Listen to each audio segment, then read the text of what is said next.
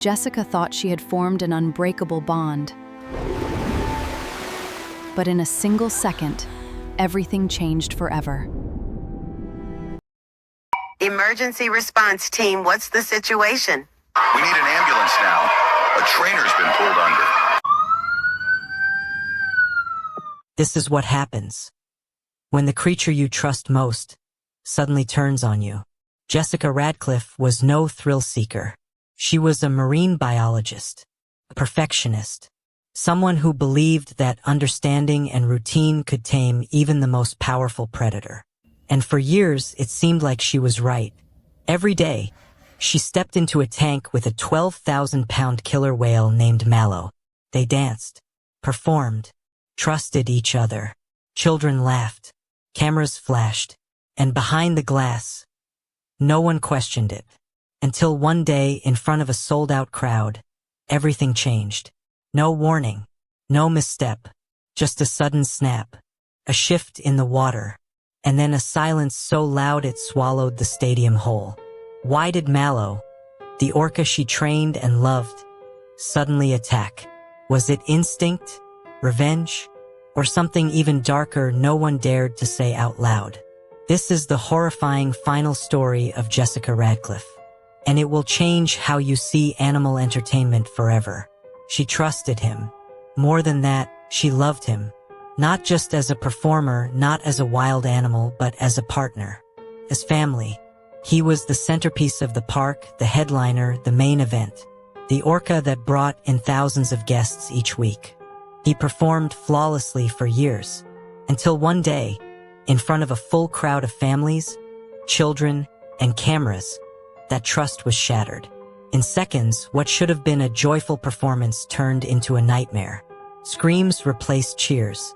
Water turned red. And a young woman full of life was gone. This is the story of Jessica Radcliffe. It isn't just about her death. It's about the warnings we ignored, the choices we made, and the truth we tried to hide. Jessica Radcliffe was raised just outside of Santa Cruz, California, with the Pacific Ocean practically in her backyard. Her father, a respected marine biologist, took her on boat trips, taught her how to read the tides, and showed her pods of dolphins dancing in the surf. From the time she could walk, she was mesmerized by the sea. As a child, she attended a marine park show and watched an orca leap from the water. That moment changed her life. She knew then she didn't want to just watch these animals. She wanted to be with them, train them, understand them. She enrolled in a marine biology program in college and got an internship at Ocean Haven Marine Park, a rising SeaWorld-style attraction just south of Monterey. She started by cutting fish, scrubbing tanks, and observing feeding schedules. But it was clear she had something special. The animals responded to her, especially one. Mallow was Ocean Haven's star orca. 22 feet long, 12,000 pounds, black and white, with a massive dorsal fin that towered like a sail. He had been captured young and trained for years. He knew how to wave, splash, spin, and breach on cue.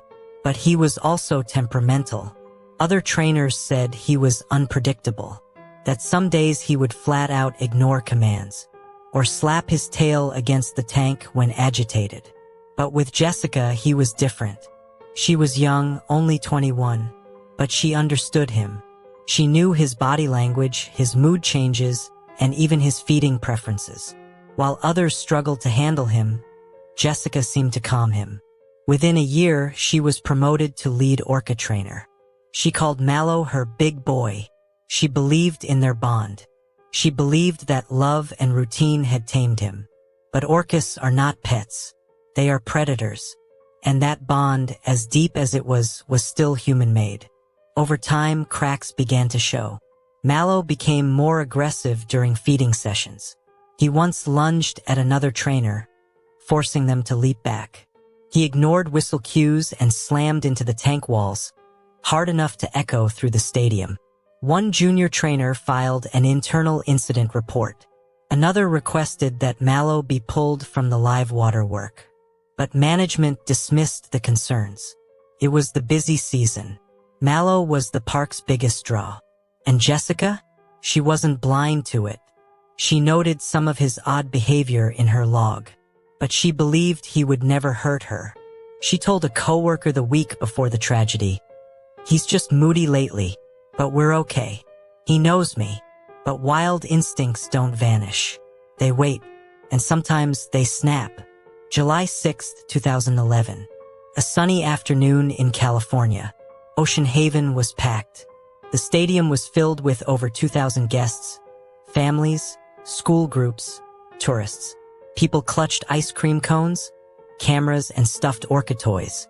The music played loudly as the announcer introduced Jessica and Mallow. She stepped onto the platform, smiling. The crowd roared. Mallow surfaced beside her. The show went smoothly at first. Mallow did every trick on cue. He leaped, he splashed, he spun. And then came the finale, the synchronized swim. Jessica dove into the water, waving at the audience as Mallow circled her. It was a crowd favorite, a routine they'd done dozens of times. But not today. Mallow stopped circling. In a flash, he lunged. His jaws clamped down on Jessica's torso. She didn't even scream. He yanked her under the surface with terrifying force. Gasps erupted from the stands. Parents pulled their children back. Screams echoed. Mallow thrashed violently, dragging her deeper. The water turned murky with blood. Trainers rushed to intervene. They tossed fish, ropes, and buoys. One grabbed a pole and shouted commands. Nothing worked. Jessica was underwater for over a minute. When he finally released her, she floated motionless. Divers pulled her out. Her wetsuit was torn. She had massive internal injuries, crushed ribs, and had drowned. She was pronounced dead on the pool deck. The park was evacuated in minutes. Children were crying. People screamed. Others stood frozen, horrified. Ocean Haven released a bland statement, a tragic accident, but those inside the park knew better. There had been warnings, and they had been ignored. Jessica's family was devastated. Her parents held a private memorial along the coast where she once played as a child. Her ashes were scattered into the Pacific. Her death sparked a national outcry. News crews camped outside the park. Animal rights groups protested. Former trainers came forward, sharing stories of abuse, mistreatment, and silenced concerns. Ocean Haven shut down within 6 months. The lawsuits didn't stop. Mallow was relocated to a semi-wild marine sanctuary in the Pacific Northwest. He lived the rest of his life without trainers, shows, or screaming crowds. But the damage had been done. Jessica believed love could bridge the gap between human and beast. That trust was enough. But it wasn't. Because the truth is, wild animals are not actors.